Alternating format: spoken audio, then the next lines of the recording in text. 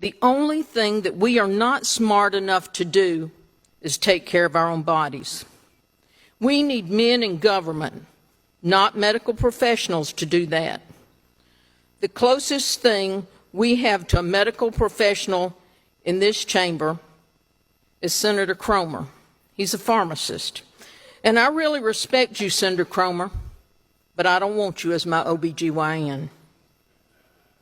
The fact is, I do not want anyone in this room making life and death decisions for me, my daughter, my granddaughter, and for that fact, anyone.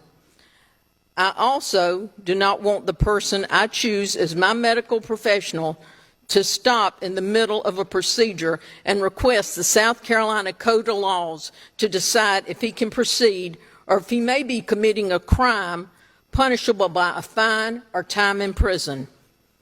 Ladies and gentlemen, I don't want any 10-year-old who is raped by her 13-year-old brother, and yes, it happened right here in West Columbia, to be afraid because, first, no one taught her about sex because there's no sex education in elementary school.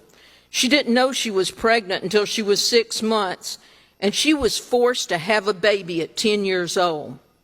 The chances of this young girl's reproductive system ever being normal and her having children with someone she really loves have greatly diminished, not to mention her psychological damage. But the South Carolina legislature, we know best. But you ask, why am I talking about this? Isn't she pro-life? Yes, I'm pro-life. I'm also pro-life of the mother, the life she has with her children who are already born. I care about the children who are forced into adulthood that was made up by a legislature full of men so they can take a victory lap and feel good about it. You want children raising children who will most likely suffer domestic violence and live in poverty. But you don't care because you've done your job, and you will forget about them once they are born.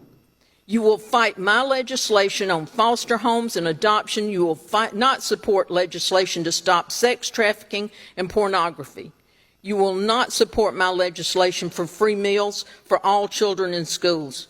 You're not going to help me on that.